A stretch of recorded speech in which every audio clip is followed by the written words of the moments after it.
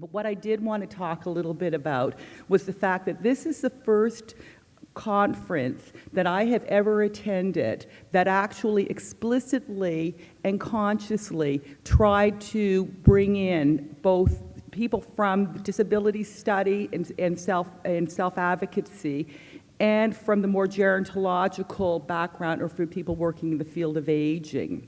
So my comments are going to focus around that. First of all, I want to note that as I listened, the increasingly problematic nature of keeping us in two separate silos certainly occurs to me. So I want to look at this first from my perspective as somebody coming here with a more solid background in gerontology, but I also want to look at how I think that we can move forward in terms of interchange.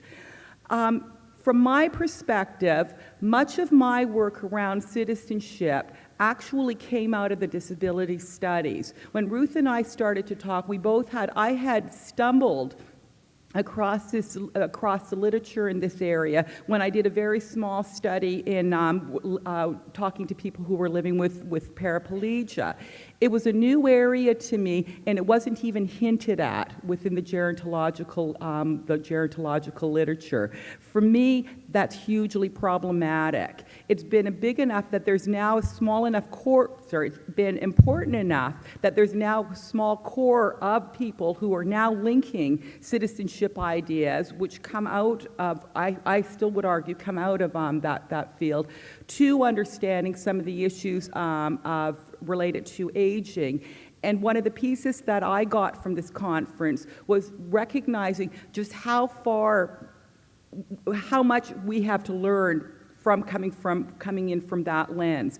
When Tim first talked, for example, about using the language of personalization as part of the title, I kind of looked at him blankly because that's not a dominant use of word that we're using particularly within the field of dementia.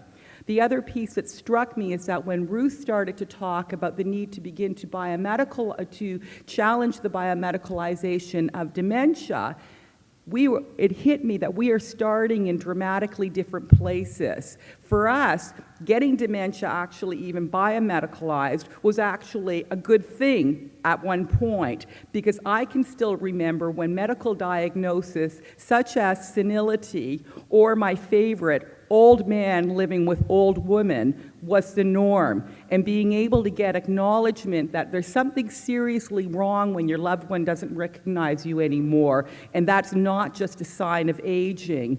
That to me was a step. But while we were focusing within the field of dementia studies and aging on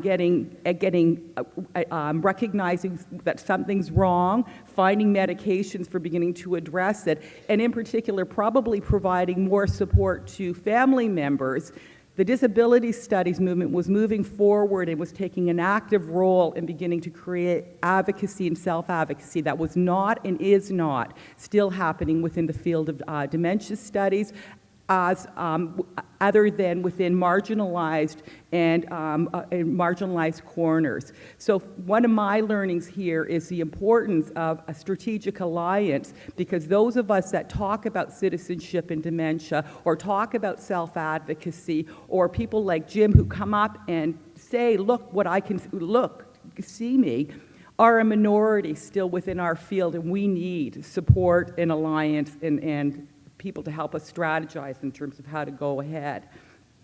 But the other piece that hit me was there's a small group of us here that are focused, that come largely with gerontology backgrounds, and several of the speakers actually identified the importance of aging within the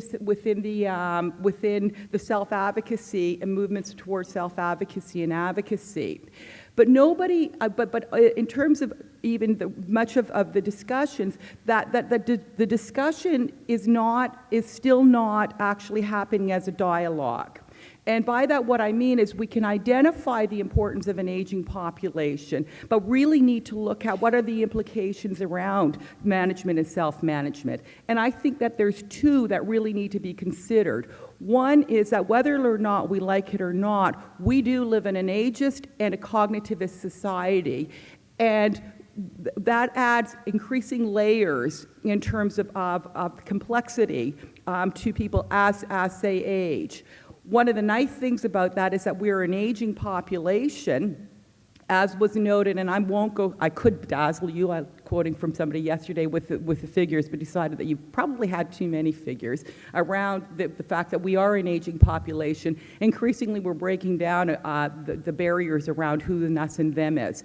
And so from that perspective, I think there's two issues. One is we do need to begin to start to address the complexities that happen when we're dealing with an aging population. One of the things that we're starting to see, for example, is parents who have huge concern for who's going to take over as one of the primary supporters for their children, whom they have been advocating and have taken such a strong role in terms of trying to promote independence and autonomy and create support networks.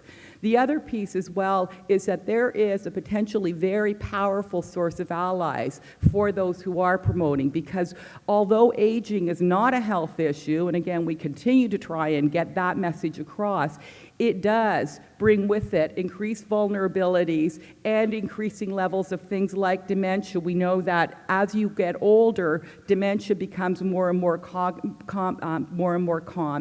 And so one of the things that I think Michael talked about is that the us and them that is created around things like cognitive foreigners is no longer going to be so paramount. And for me, one of the real helpful things about this is to recognize that the population who's aging are baby boomers. If you look around the room, what you'll see is probably over half of us are sitting in this room. And we're expected to be over, I think in Canada, about 33%, and that population, that cohort started to turn 65 in 2011.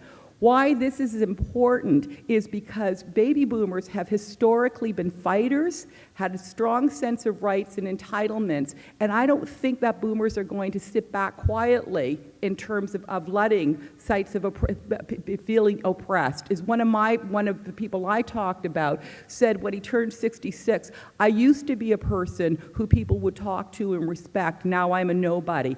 And I don't think that boomers are going to allow that to happen. So I think, again, that there's a really powerful source of alliance, and we keep talking about how movements need people, and there's a really powerful source of alliance that needs to be struck, both in terms of looking like at the topics of what's happening, but also looking at how to build alliances. The third thing that hit me is that I don't think it struck me how clearly we're both dealing with many of the same issues, and in particular, repeatedly in both the sessions that I attended relating to anything related to dementia, for example, and in our broader discussions, the focus around balancing the need for power, for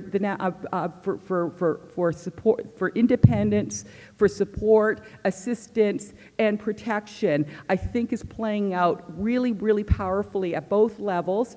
We're within both fields. We're grappling with it with different ways, and I think that there's again some really, really important discussion that needs to be taken place in terms of how to move those discussions forward and make sure to move those discussions forward. So again, I thank Tim for conceptualizing, and the team for conceptualizing something that would bring gerontologists and people working in the field of aging into what has been for me a really inspiring a couple of days. I look forward to continuing the dialogue and hopefully making sure that we're getting actually even more interaction in terms of when we're talking, rather than keeping silos of our talks going on.